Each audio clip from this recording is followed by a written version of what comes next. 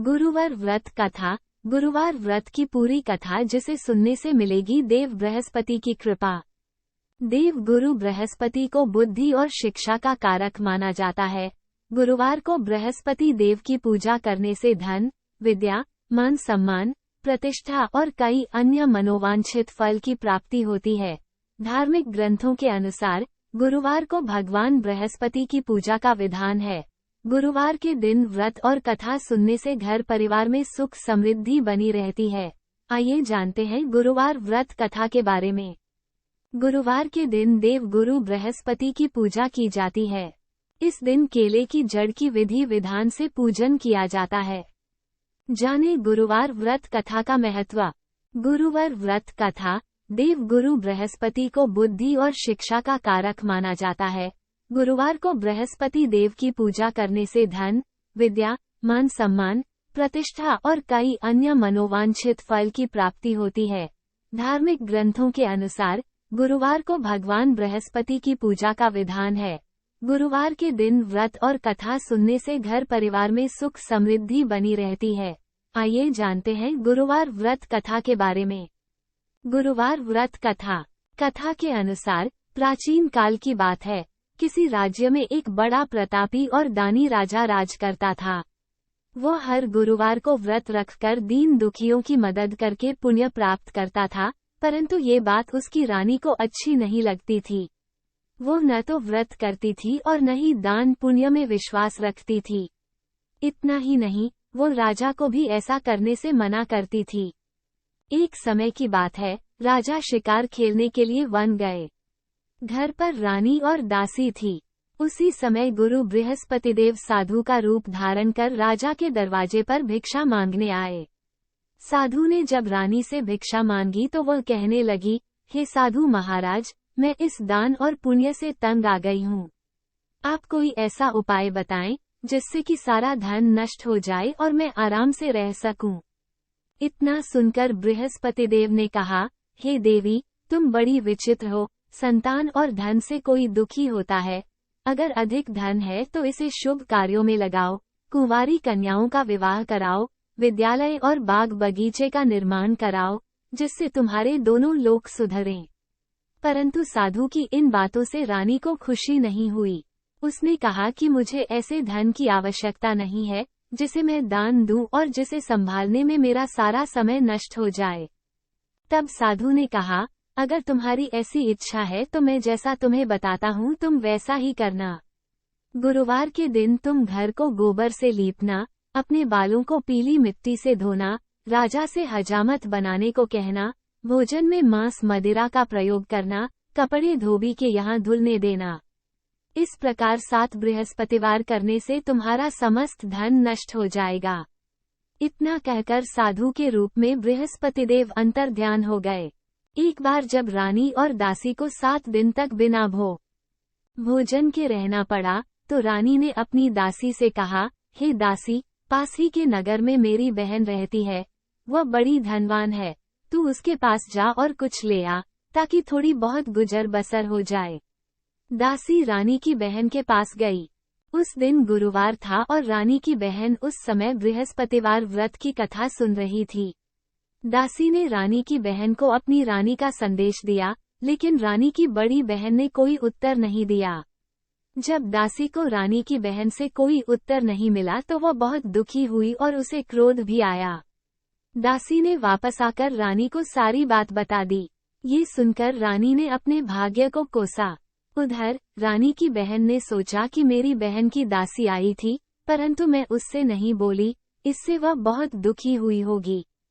साधु के अनुसार कई बातों को पूरा करते हुए रानी को केवल 3 बृहस्पतिवार ही बीते थे कि उसकी समस्त धन संपत्ति नष्ट हो गई। भोजन के लिए राजा का परिवार तरसने लगा। तब एक दिन राजा ने रानी से बोला कि हे रानी, तुम यहीं रहो, मैं दूसरे देश को जाता हूँ, क्योंकि यहाँ पर सभी लोग मुझे जानते हैं। इसलिए मैं कोई छोटा कार्य नहीं कर सकता। ऐसा कहकर राजा दूसरे देश चला गया। वहाँ वह जंगल से लकड़ी काटकर लाता और शहर में बेचता। इस तरह वह अपना जीवन व्यतीत करने लगा।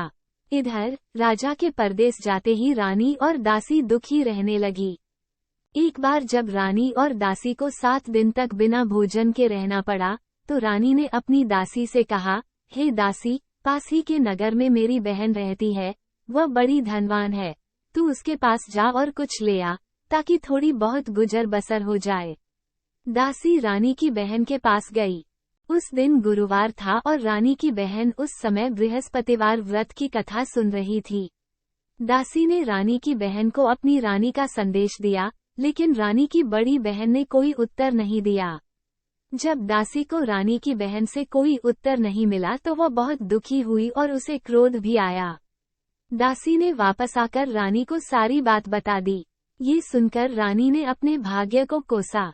उधर रानी की बहन ने सोचा कि मेरी बहन की दासी आई थी, परंतु मैं उससे नहीं बोली, इससे वह बहुत दुखी हुई होगी। कथा सुनकर और पूजा समाप्त करके वो अपनी बहन के घर आई और कहने लगी, हे बहन, मैं बृहस्पतिवार का व्रत कर रही थी। तुम्हारी दासी मेरे घर आई थी, परंतु जब तक कथा होती है तब तक न तो उठते हैं और न ही बोलते हैं, इसलिए मैं नहीं बोली। बताओ दासी क्यों आई थी?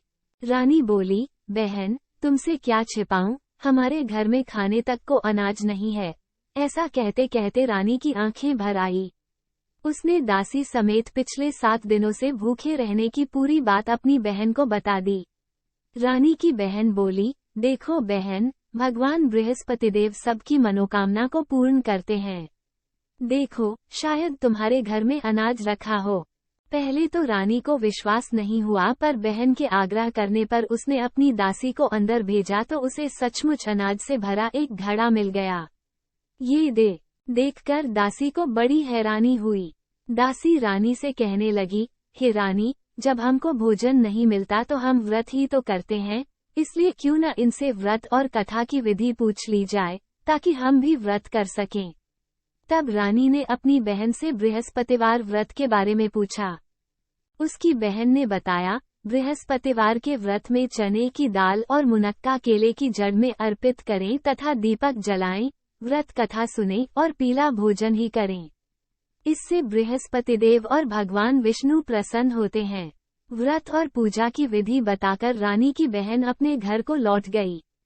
7 दिन के बाद जब गुरुवार आया तो रानी और दासी ने व्रत रखा। वह घुड़साल में जाकर चना और गुड़ लेकर आईं। फिर उससे केले की जड़ तथा विष्णु भगवान की पूजा की। अब पीला भोजन की चिंता को लेकर दोनों बहुत दुखी हुई। चूंकि उन्होंने व्रत रखा था, इसलिए बृहस्पतिदेव उनसे प्रसन्न थे।